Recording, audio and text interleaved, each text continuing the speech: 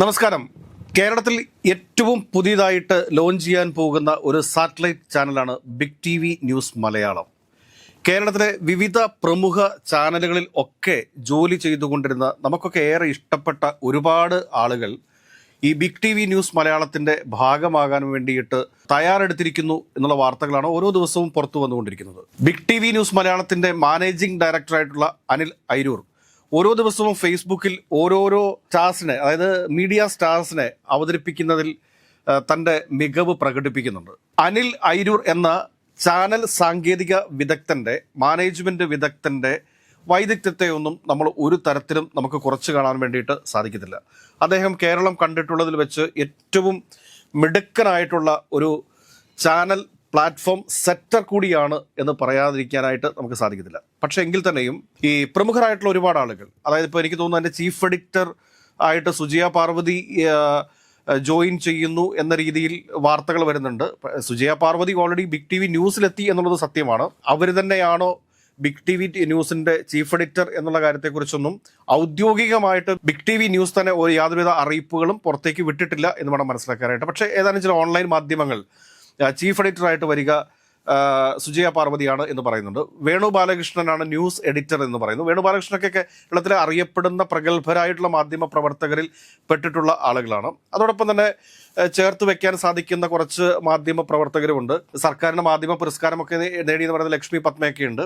ചില അഭിപ്രായ വ്യത്യാസങ്ങൾ, അവർക്ക് എത്രത്തോളം വലിയ ജേർണലിസ്റ്റ് ആണ് എന്നുള്ള ചോദ്യങ്ങൾ ഇവിടെ അവശേഷിക്കുന്നുണ്ട്. എങ്കിൽ തന്നെയും നമുക്ക് പരിശോധിക്കേണ്ട ചില വിഷയങ്ങൾ ഇവിടെ ഉണ്ട് എന്ന് പറയാതിരിക്കാൻ വേണ്ടിയിട്ട് സാധിക്കത്തില്ല. ഇത്രയധികം മാധ്യമ പ്രവർത്തകർ വളരെ ആത്മവിശ്വാസത്തോടു കൂടി ബിഗ് ടി വി ന്യൂസിനെ ഡിപ്പെൻഡ് ചെയ്യുന്ന സമയത്ത് ഏതെങ്കിലും തരത്തിൽ ഇവർ ചതിക്കപ്പെടാനായിട്ടുള്ള സാധ്യതകൾ ഉണ്ടോ എന്നുകൂടി പരിശോധിക്കപ്പെടേണ്ട ഒരവസരമാണ് ഇത് എന്ന് നമുക്ക് പറയാതിരിക്കാൻ വേണ്ടിയിട്ട് സാധിക്കത്തില്ല. എല്ലാ കോണുകളിൽ നിന്നും ഉയരുന്ന ചോദ്യമാണ്, ആരാണ് ബിഗ് ടി വി ന്യൂസിനെ ബാക്കപ്പ് ചെയ്യുന്നത് അല്ലെങ്കിൽ ഫണ്ടിങ് നടത്തുന്നത്? ഇത് ഏറ്റവും സുപ്രധാനമായ ഒരു ചോദ്യമാണ്. നമുക്ക് മനസ്സിലാക്കാൻ വേണ്ടിയിട്ട് സാധിച്ചിട്ടുള്ളത്, തെലങ്കാനയിൽ പ്രവർത്തിക്കുന്ന ബിഗ് ടി വി ന്യൂസിൻ്റെ CEO എന്ന് പറയുന്നത് വിജയ് വെണ്ണം റെഡ്ഡിയാണ്. അദ്ദേഹമാണ് ബിഗ് ടി വി ന്യൂസിൻ്റെ CEO എന്ന് പറയുന്നത്. അവിടെ നമ്മൾ വരുന്ന സമയത്ത് വിജയ് വെണ്ണം റെഡ്ഡിയുടെ ഒരു ഫിനാൻഷ്യൽ കപ്പാസിറ്റി എന്താണ് എന്നുകൂടി നമ്മൾ പരിശോധിക്കേണ്ടതുണ്ട്. അദ്ദേഹത്തെ സംബന്ധിച്ചിട്ട് അദ്ദേഹത്തിന് ഏകദേശം പ്രവാസ മീഡിയ LLP എന്ന് പറയുന്നത് അത് 2021 രൂപീകരിച്ചിട്ടുള്ളൊരു കമ്പനിയാണ്. അതുകൂടാതെ ടാക്കോസ്റ്റ് LLP, വിഡ്ലക് സൊല്യൂഷൻസ് പ്രൈവറ്റ് ലിമിറ്റഡ്, ഫിലിപ്പിത്ത് digital solutions private limited, UV media innovations private limited, അപ്റ്റ meds e-commerce private limited, Winspire campaigns private limited, ഇങ്ങനെ കുറേയധികം കമ്പനികൾ അദ്ദേഹത്തിനുണ്ട്. ഇതിനകത്ത് ഏറ്റവും ഇൻട്രസ്റ്റിംഗ് ആയിട്ടുള്ള ഒരു കാര്യം എന്താണ് എന്ന് ചോദിച്ചു കഴിഞ്ഞാൽ, വിൻസ്പെയർ ക്യാമ്പയിൻസ് പ്രൈവറ്റ് ലിമിറ്റഡ് എന്ന് പറയുന്ന കമ്പനിയുമായിട്ട് രേവന്ത് റെഡ്ഡിക്ക് അടുത്ത ബന്ധമുണ്ട്. രേവന്ത് റെഡ്ഡി ആരാണ് എന്ന് ചോദിച്ചു കഴിഞ്ഞാൽ അദ്ദേഹം തെലങ്കാനയുടെ മുഖ്യമന്ത്രിയാണ്. അപ്പോൾ അങ്ങനെ വെച്ച് നോക്കുന്ന സമയം എങ്ങനെയാണ് രേവന്ത് റെഡ്ഡി ഈ വിൻസ്പെയർ എന്ന കമ്പനിയുമായിട്ട് അസോസിയേറ്റ് ചെയ്തത് എന്നുള്ളത്, അദ്ദേഹം മുഖ്യമന്ത്രി ആകുന്നതിന് മുമ്പുള്ള അദ്ദേഹവുമായി ബന്ധപ്പെട്ടിട്ടുള്ള പ്രചരണങ്ങളും പരിപാടികളും ഒക്കെ സംഘടിപ്പിച്ചിരുന്നത് വിൻസ്പെയർ ആണ് എന്ന കാര്യത്തിൽ നമുക്ക് ഉറപ്പുള്ള ഒരു കാര്യമാണ്. അപ്പോൾ അങ്ങനെ വരുമ്പോഴത്തേക്ക് സ്വാഭാവികമായിട്ട് നമുക്ക് പറയാൻ വേണ്ടിയിട്ട് സാധിക്കും, തെലങ്കാന മുഖ്യമന്ത്രിയായിട്ടുള്ള രേവന്ത് റെഡ്ഡിയുമായിട്ട് വളരെ അടുത്ത ബന്ധം പുലർത്തുന്ന ആൾ തന്നെയാണ് വിജയ് വെണ്ണം റെഡ്ഡി എന്ന് പറയുന്നത്. ഇദ്ദേഹത്തിൻ്റെ എല്ലാ കമ്പനികളും തന്നെ, ഏതോ ഒരു കമ്പനി മാത്രമാണ് ഇദ്ദേഹം 2016 രൂപീകരിച്ചിട്ടുള്ളത്. ആ കമ്പനി അപ്നാമെഡ്സ് ഇ-കൊമേഴ്സ് പ്രൈവറ്റ് ലിമിറ്റഡ് എന്ന് പറയുന്ന കമ്പനിയാണ്. ആ കമ്പനിയുടെ പെയ്ഡപ്പ് ക്യാപിറ്റൽ എന്ന് പറയുന്നതും ഓതറൈസ്ഡ് ക്യാപിറ്റൽ എന്ന് പറയുന്നത് നമ്മളെ ഏറെ അതിശയിപ്പിക്കുന്നതാണ്. വെറും 1 ലക്ഷം രൂപ മാത്രമാണ് അതിൻ്റെ പെയ്ഡപ്പ് ക്യാപിറ്റലും ഓതറൈസ്ഡ് ക്യാപിറ്റലും വരുന്നത്. എന്നാൽ മറ്റ് കമ്പനികളെല്ലാം 2021, 2022 കാലഘട്ടങ്ങളിലൊക്കെ രൂപീകരിച്ചിട്ടുള്ള എല്ലാ കമ്പനികൾക്കും പെയ്ഡപ്പ് ക്യാപിറ്റൽ 10 ലക്ഷത്തിന് മുകളിലേക്കുള്ള പെയ്ഡപ്പ് ക്യാപിറ്റലും ഓതറൈസ്ഡ് ക്യാപിറ്റലും ഒക്കെ ഉണ്ട്.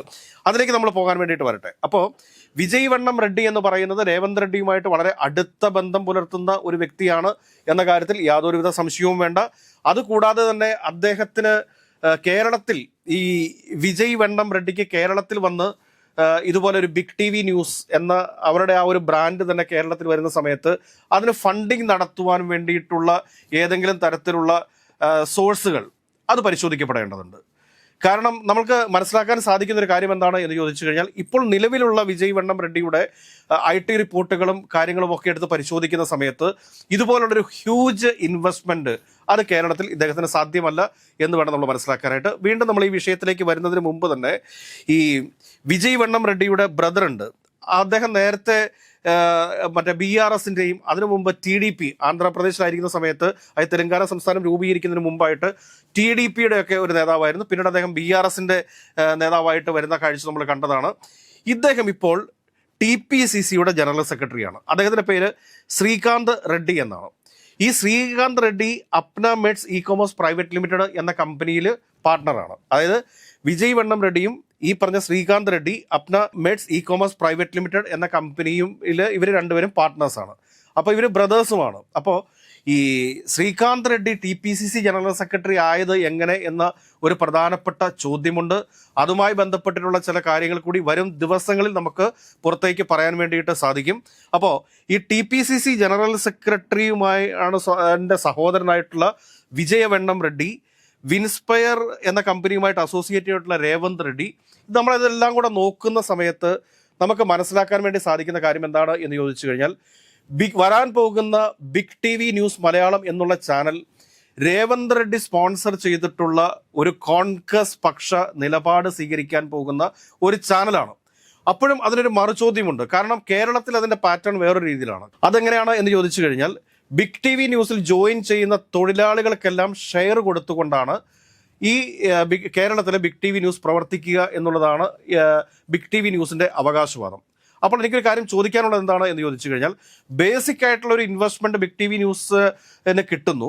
ഏതൊരു ചാനൽ ആരംഭിക്കുന്ന സമയത്തേക്കും 1 വർഷം മുതൽ 2 വർഷം വരെ സ്റ്റാഫുകൾക്ക് കൊടുക്കാനുള്ള സാലറി ഉൾപ്പെടെയുള്ള കാര്യങ്ങൾ റിസർവ്ഡ് ആയിട്ട് വെച്ചുകൊണ്ട് മാത്രമേ ഒരു സാറ്റലൈറ്റ് ചാനൽ ആരംഭിക്കാൻ വേണ്ടിയിട്ട് സാധിക്കത്തുള്ളൂ. അതല്ലാത്ത പക്ഷം ആ സാറ്റലൈറ്റ് ചാനൽ എപ്പോൾ ഷട്ടർ ഇട്ടുമെന്ന് നോക്കിയാൽ മതി. അപ്പം അങ്ങനെയൊക്കെയുള്ള ഒരു സാഹചര്യത്തിൽ ഇത്രയും വലിയൊരു ഭീമമായ തുക പല ആളുകൾക്കും സാലറി ഓഫർ ചെയ്യുന്നത്. ഇപ്പം സുജയ പാർവതിക്ക് തന്നെ 10 ലക്ഷം രൂപയാണ് മന്ത്ലി സാലറി എന്ന് പറയുന്നു. പിന്നെ ഫ്ലാറ്റ് അങ്ങനെയുള്ള ഒരുപാട് കാര്യങ്ങൾ പറയുന്നുണ്ട്. അതൊക്കെ റൂമേഴ്സാണ്. ആ റൂമേഴ്സിനൊന്നും പറയാൻ പോകുന്നില്ല. 10 ലക്ഷം രൂപ സുജയ പാർവതിക്ക് സാലറി ആയിട്ട് കിട്ടുന്നുണ്ടെങ്കിൽ വളരെ സന്തോഷമുള്ളൊരു കാര്യമാണ്. അവർ നല്ലൊരു എൻ്റർടൈനറും കൂടിയാണ്, ഒരു മീഡിയ സ്റ്റാർ തന്നെയാണ് സുജയ പാർവതി. അതിനകത്തൊന്നും യാതൊരുവിധ സംശയവുമില്ല. അപ്പോൾ ഇത്രയും വലിയൊരു സാലറിയൊക്കെ കൊടുത്ത്, അതായത് ഇരട്ടി സാലറി എന്ന് വേണമെങ്കിൽ പറയാം.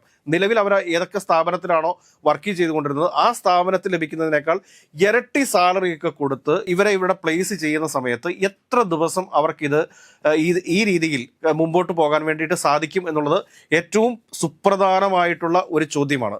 അപ്പോൾ ഇതിൻ്റെ ഒരു ഫണ്ടിങ് ബാക്കപ്പ് ആരാണ്? കാരണം സ്റ്റാഫിനെ സംബന്ധിച്ച് അവർക്ക് ഷെയർ ഉണ്ട്, അത് 100% അക്സെപ്റ്റ് ചെയ്യുന്നു. പക്ഷേ ആ ഷെയർ കേരളത്തിലെ ബിഗ് TV എന്ന കമ്പനി മാത്രമാണോ, അതോ തെലങ്കാനയിൽ പ്രവർത്തിക്കുന്ന ബിഗ് TVയുടെയും കൂടി ഷെയർ കേരളത്തിൽ പ്രവർത്തിക്കുന്ന സ്റ്റാഫുകൾക്ക് ലഭിക്കുന്നുണ്ടോ എന്ന് ഉറപ്പുവരുത്തേണ്ട ഉത്തരവാദിത്വം ആരുടെയാണ് എന്ന് ചോദിച്ചു കഴിഞ്ഞാൽ, അവിടെ ചേർന്നിട്ടുള്ള അത്യാവശ്യം കുഴപ്പമില്ലാത്ത സാലറിക്ക് മറ്റ് ചാനലുകളിൽ വർക്ക് ചെയ്തുകൊണ്ടിരുന്ന ആളുകളുടെ ഭാവി സുരക്ഷിതമാക്കാൻ വേണ്ടിയിട്ട് ആ മാധ്യമ പ്രവർത്തകർ തന്നെ ഉറപ്പുവരുത്തേണ്ടതാണ്. ഒരുപക്ഷെ ഈ ബിഗ് TV ന്യൂസ് എന്ന് പറയുന്നത് ഇപ്പോൾ അനിൽ അയ്യൂരിനെ മാനേജിംഗ് ഡയറക്ടറായിട്ട് ആക്കിയിട്ടുള്ള ആ ഒരു പുതിയ കമ്പനി ആയിരിക്കാം ഒരുപക്ഷെ. ആ കമ്പനി എന്ന് പറയുന്നത് ശൈശവദശയിലുള്ള കമ്പനിയാണ്. ആ കമ്പനിയുടെ ഷെയർ മെയിൻ ഇൻവെസ്റ്റർ എന്ന് പറയുന്നത് ബിഗ് TV ഹൈദരാബാദ് ആണെങ്കിൽ അവർക്ക് എത്ര % ഷെയർ പോകും എന്ന കാര്യം കൂടി ഈ മാധ്യമ പ്രവർത്തകർ അന്വേഷിക്കാത്ത പക്ഷം വളരെ വലിയൊരു ചതിവിലേക്ക് പോയി ചാടാനായിട്ടുള്ള സാധ്യതകളുണ്ട്. അപ്പോൾ ഇങ്ങനെയുള്ളൊരു കൺഫ്യൂഷൻസ് ഇവിടെ നിലനിൽക്കുമ്പോഴായിട്ട് ഒരുപാട് ദുരൂഹതകളുണ്ട്. ഈ ദുരൂഹതകൾ ഇങ്ങനെ നിറഞ്ഞു നിൽക്കുന്ന സമയത്താണ് ഈ കോൺഗ്രസ് അനുകൂല ചാനൽ കേരളത്തിൽ ലോഞ്ച് ചെയ്യാൻ വേണ്ടി പോകുന്ന സമയത്ത് ഒരു കാരണവശാലും കേന്ദ്രം ഭരിക്കുന്ന BJP സൈലന്റ് ആയിട്ടിരിക്കുമെന്ന് നമുക്ക് പ്രതീക്ഷിച്ചുകൂടാ. കാരണം ഒരു കാര്യം നമ്മൾ മനസ്സിലാക്കേണ്ടത് എന്താണെന്ന് ചോദിച്ചു കഴിഞ്ഞാൽ, ഏഷ്യാനെറ്റിൽ നിന്ന് ഏതെങ്കിലും ഒരു മാധ്യമ പ്രവർത്തകൻ, അതായത് എനിക്കൊന്ന് ഒരു റിപ്പോർട്ടറായിട്ടുള്ള ജോഷി കുര്യൻ മാത്രമാണ് ഏഷ്യാനെറ്റിൽ നിന്നും ബിഗ് TV ന്യൂസിലേക്ക് പോയിട്ടുള്ളത്.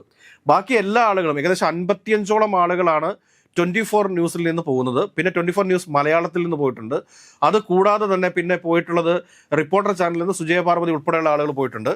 ഇങ്ങനെയൊക്കെയുള്ള ആളുകൾ ഇതിലേക്ക് വരുമ്പോഴും ഏഷ്യാനെറ്റ് ന്യൂസിൽ നിന്ന് ഒരാൾ പോലും രാജിവെച്ച് ബിഗ് TV ന്യൂസിലേക്ക് പോകുന്നില്ല എന്ന് പറയുമ്പോഴത്തേക്ക് ബിഗ് TV ന്യൂസിൻ്റെ പിന്നിലുള്ള ദുരൂഹതകളിലേക്ക് കേന്ദ്ര ഏജൻസികളുടെ അന്വേഷണം പോകാനായിട്ടുള്ള സാധ്യതകൾ വളരെ കൂടുതലാണ്. ഒരുപക്ഷെ ആ ഒരു ഭയം നിൽക്കുന്നത് കൊണ്ടായിരിക്കാം ബിഗ് TV മാനേജ്മെൻറ്റ് സുജയ പാർവതിയെ അതിൻ്റെ ചീഫ് എഡിറ്ററാക്കി അതിൻ്റെ ഫേസ് ആക്കി വെച്ചിരിക്കുന്നത്. എല്ലാ ബഹുമാനങ്ങളും നിലനിർത്തിക്കൊണ്ട് തന്നെ പറയട്ടെ, ഒരു സാറ്റലൈറ്റ് ചാനലിൻ്റെ ന്യൂസ് എഡിറ്റർ പോസ്റ്റിലേക്ക് സുജയ പാർവതി എന്ന് പറയുമ്പോഴത്തേക്ക് സ്വാഭാവികമായിട്ടും മലയാളികൾക്ക് ഒരു ചെറിയ സ്മൈൽ അവരുടെ മുഖത്തുണ്ടാകും. ആ സ്മൈലിൻ്റെ അർത്ഥം എന്താണ് എന്ന് അവർ തന്നെ മനസ്സിലാക്കി. ഞാൻ പറയുന്നു, സുജയ പാർവതി കേരളത്തിൽ എല്ലാവരും ഏറെ സ്നേഹിക്കുന്ന ഒരു മീഡിയ സ്റ്റാറാണ്. കാരണം വളരെ മിടുക്കിയായിട്ടുള്ള ഒരു സ്റ്റാറാണ്, ഏറെ ആദരവർഹിക്കുന്ന ഒരാൾ തന്നെയാണ്. അപ്പോൾ ഇങ്ങനെയുള്ള ഒരുപാട് ദുരൂഹതകൾ ബിഗ് ടി വി ന്യൂസിൻ്റെ ഫണ്ടിങ്ങിനെ സംബന്ധിച്ചിട്ട് കേരളത്തിലുണ്ട്. അതുകൂടാതെ തന്നെ ഞാൻ പറഞ്ഞു, ഇതിൻ്റെ യഥാർത്ഥ ഉടമസ്ഥന് ഇപ്പോൾ കേരളത്തിലേക്ക് ഫണ്ട് ചെയ്യുന്ന സമയത്ത് ഇപ്പോൾ ഇവരെ സംബന്ധിച്ചിട്ട് ഇവർ സ്ഥലം എടുത്തിട്ടുണ്ടാവും. ഈ സ്ഥലത്ത് വാങ്ങാൻ വേണ്ടിയിട്ടുള്ള ഇൻവെസ്റ്റ്മെൻറ്റ് ആരുടെയാണ്? മാനേജിങ് ഡയറക്ടറാണ് ഈ അനിൽ അയിരൂർ എന്ന് പറയുന്നത് സമ്മതിക്കുന്നത്. പക്ഷേ അനിൽ അയിരൂരിന് അതിനകത്ത് എത്ര പെർസെൻറ്റേജാണ് ഷെയർ ഉള്ളത്? അദ്ദേഹം ഒരു വർക്കിംഗ് ഡയറക്ടർ മാത്രമായിരിക്കും. വർക്കിംഗ് ഡയറക്ടേഴ്സിനൊരു 3, 4, 5% ഷെയർ കൊടുത്തു കഴിഞ്ഞാൽ അതിനകത്ത് 5% ഷെയർ തന്നെ വേണമെന്നില്ല എനിക്ക് തോന്നുന്നു. 1% ഷെയർ ഉണ്ടെങ്കിലും അദ്ദേഹത്തിന് മാനേജിംഗ് ഡയറക്ടർ ആക്കാൻ വേണ്ടി സാധിക്കും. ഏത് സമയത്ത് വേണമെങ്കിലും മാനേജിംഗ് ഡയറക്ടറെ മാറ്റാനായിട്ടുള്ള അധികാരം എന്ന് പറയുന്നത് മേജർ ഷെയർ ഉള്ള ആളുകൾക്കായിരിക്കും. അപ്പോൾ സ്റ്റാഫുകൾക്ക് ഷെയർ കൊടുത്തിട്ട് ഒരു സ്ഥാപനം വർക്ക് ചെയ്യുന്നു എന്ന് പറയുമ്പോഴത്തേക്ക് ഇതിൻ്റെ ബേസിക് ആയിട്ടുള്ള ക്യാപിറ്റൽ ഇൻവെസ്റ്റ്മെൻറ്റ് ചെയ്യുന്ന തെലങ്കാനയിലുള്ള ബിഗ് ടി വിക്ക് എത്ര പെർസെൻറ്റേജ് ഷെയറാണ് ബിഗ് ടി വി ന്യൂസ് കൊടുത്തിരിക്കുന്നത് എന്നുകൂടി സൂചിപ്പിക്കേണ്ടതുണ്ട്. ഇനി 100% ഷെയറിലാണ് ഈ പറയുന്ന big T V news Malayalam പ്രവർത്തിക്കാൻ വേണ്ടിയിട്ട് പോകുന്നത് എന്നുണ്ടെങ്കിൽ ഒരു കാര്യം നമുക്ക് വളരെ ട്രാൻസ്പെറൻ്റ് ആയിട്ട് ഔദ്യോഗികമായിട്ട് തന്നെ പറയാൻ പറ്റും. ഇത് കോൺഗ്രസിനെ വെളുപ്പിക്കാൻ വേണ്ടിയിട്ട് അല്ലെങ്കിൽ കോൺഗ്രസിന് വേണ്ടി പ്രവർത്തിക്കാൻ വേണ്ടിയിട്ട് രേവന്ത് റെഡ്ഡിയുടെ ബിസിനസ് പാർട്ട്ണറായിട്ടുള്ള വിജയ് വെണ്ണം റെഡ്ഡി നടത്തുന്ന ഒരു ചാനലാണ്. അപ്പോൾ അതിനകത്തേക്ക് പോകുന്ന സമയത്ത് സ്വതന്ത്ര മാധ്യമ പ്രവർത്തനം നടത്തുന്ന വേണു ബാലകൃഷ്ണനെ പോലെയുള്ള ആളുകളുടെ നിലപാട് എന്തായിരിക്കും എന്നുകൂടി നമ്മൾ നോക്കേണ്ടതുണ്ട്. കാരണം വേണു ബാലകൃഷ്ണൻ ഒരു ഇടതുപക്ഷ സഹയാത്രികനാണ് എന്നൊക്കെ പല ആളുകളും പറയുമായിരിക്കും. പക്ഷേ വേണു ബാലകൃഷ്ണനും ഉണ്ണി ബാലകൃഷ്ണനും ഇന്ന് കേരളത്തിലെ അറിയപ്പെടുന്ന മാധ്യമപ്രവർത്തകരിൽ, വിശ്വാസ്യതയുള്ള മാധ്യമപ്രവർത്തകരിൽ പെട്ട ആളുകൾ തന്നെയാണ് അദ്ദേഹം എന്ന കാര്യത്തിൽ യാതൊരുവിധ സംശയവും ആർക്കില്ല. ബാക്കിയുള്ള ആളുകൾ, ഇപ്പോൾ അപർണ കുറുപ്പ് ഉൾപ്പെടെയുള്ള ആളുകൾക്ക് വിശ്വാസ്യതയില്ല എന്നുള്ളതല്ല ഞാൻ പറഞ്ഞു വരുന്നത്. ഇതിനകത്ത് ഏറ്റവും സ്റ്റാറിൽ നിൽക്കുന്ന ആളുകൾ എന്ന് പറയുന്നത് ആളുകൾക്ക് വിശ്വാസ്യത ഉണ്ട് എന്ന് പറയുന്ന ആളുകളിൽ പെട്ട ആളുകളാണ്. റിപ്പോർട്ടറായിട്ടുള്ള ജോഷി കുര്യൻ്റെ മേൽ വളരെ ആളുകൾ വിശ്വാസ്യതയുള്ള ഒരു റിപ്പോർട്ടർ തന്നെയാണ്. അതോടൊപ്പം തന്നെ ഈ പറഞ്ഞ വേണു ബാലകൃഷ്ണൻ, സുജയ പാർവതി, അതോടൊപ്പം തന്നെ അപർണ കുറുപ്പ്. ബാക്കിയുള്ള ആളുകളുടെ കാര്യത്തിലൊന്നും ഞാനൊന്നും പറയുന്നില്ല. കാരണം പ്രോംപ്റ്ററിൽ നോക്കി നമ്മൾക്ക് ന്യൂസ് റൂമിൽ ഇരുന്ന് എഴുതി തരുന്ന വാർത്തകൾ ആർക്കും എവിടെ ഇരുന്നും നമുക്ക് വായിക്കാൻ വേണ്ടി സാധിക്കും. പക്ഷേ സ്വന്തമായിട്ട് അഭിപ്രായങ്ങൾ പറയാൻ, നിലപാടുകൾ എടുക്കാൻ സാധിക്കുന്ന ആളുകളാണ്, മാധ്യമപ്രവർത്തകരാണ്, ജേർണലിസ്റ്റുകളാണ് വേണു ബാലകൃഷ്ണനും ഈ പറഞ്ഞ സുജയ പാർവതിയും ഒക്കെ എന്നുള്ള കാര്യത്തിൽ ഒരു സംശയം വേണ്ട. കാരണം സുജയ പാർവതിയൊക്കെ പറയുന്ന കൗണ്ടറുകൾ എന്ന് പറഞ്ഞു കഴിഞ്ഞാൽ അത് എന്താ പറയുക, ആളുകളെ എൻ്റർടൈൻ ചെയ്യിപ്പിക്കുന്നതോടൊപ്പം തന്നെ ചിന്തിപ്പിക്കാനും കൂടെ ശേഷിയുള്ള ചില കൗണ്ടറുകൾ ഇടയ്ക്ക് സുജയ പാർവതിയിൽ നിന്ന് വരാറുണ്ട്. അതുകൊണ്ട് ബിഗ് ടി വി ന്യൂസ് എന്ന് പറയുന്നത് തുടങ്ങാൻ പോകുന്ന ഒരു ചാനലാണ്. പക്ഷേ ഈ ചാനലിലേക്ക് പോകുന്നതിന് മുമ്പായിട്ട് മാധ്യമപ്രവർത്തകർ ചില കാര്യങ്ങൾ ഉറപ്പുവരുത്തുക. ഇതിൻ്റെ പിന്നിലുള്ള ഫിനാൻഷ്യൽ ബാക്കപ്പ് ആരുടെയാണ്? നിങ്ങൾക്ക് തന്നിരിക്കുന്ന ഷെയർ കേരളത്തിൽ രൂപീകരിച്ചിരിക്കുന്ന കമ്പനിയുടെ മാത്രം ഷെയർ ആണോ? അതോ തെലങ്കാനയിലുള്ള ബിഗ് ടി വി ന്യൂസിൻ്റെയും കൂടി ഷെയറിൻ്റെ ഭാഗമായിട്ട് നിങ്ങൾ മാറുന്നുണ്ടോ? അതോ കേരളത്തിൽ രൂപീകരിച്ചിട്ടുള്ള ആ ചെറിയൊരു കമ്പനിക്ക് ബിഗ് ടി വിയുമായിട്ടുള്ള എഗ്രിമെൻറ്റ് നടത്തിപ്പ് എഗ്രിമെൻറ്റ് മാത്രമാണോ? അതായത് ബിഗ് ടി വി എന്നുള്ള ബ്രാൻഡ് കേരളത്തിൽ, അതായത് ഇൻഫ്രാസ്ട്രക്ചർ മുഴുവൻ ബിഗ് ടി വി തെലങ്കാനയുടെ പേരിലായിരിക്കും. മറിച്ച് ബിഗ് ടി വി കേരളത്തിൻ്റെ റണ്ണിങ്, അതായത് ലീസിംഗ് എന്ന് പറയും, ആ ലീസിംഗ് മാത്രമാണോ അനിൽ അയിരൂർ മാനേജിംഗ് ഡയറക്ടറായിട്ടുള്ള കമ്പനിക്ക് ഉള്ളത് എന്നൊക്കെയുള്ള കാര്യങ്ങൾ നിങ്ങൾ കൃത്യമായിട്ട് പരിശോധിച്ച് ഉറപ്പുവരാത്ത പക്ഷം 5 or 6 മാസം നിങ്ങൾക്ക് സാലറി ലഭിച്ചേക്കാം. അതിനപ്പുറത്ത് കേരളത്തിൽ UDF ഭരണം ലഭിക്കാത്ത ഒരു സാഹചര്യം വന്നു കഴിഞ്ഞാൽ സംഭവിക്കാൻ പോകുന്നത് നിങ്ങൾ പെരുവഴിയിലാകുന്ന ഒരു കാഴ്ച കാണേണ്ടി വരും. അതല്ലെങ്കിൽ നിങ്ങളൊക്കെ നേരത്തെ ജോലി ചെയ്തിരുന്ന സ്ഥാപനത്തിലേക്ക് മടങ്ങിച്ചെല്ലുന്ന സമയത്ത് ഇതിൻ്റെ പകുതി സാലറിക്ക് ജോലി ചെയ്യേണ്ട ഒരു ഗതികേട് ഉണ്ടാവാതിരിക്കാൻ വേണ്ടിയിട്ടുള്ള ഒരു ഓർമ്മപ്പെടുത്തൽ മാത്രമാണ് ഇത്.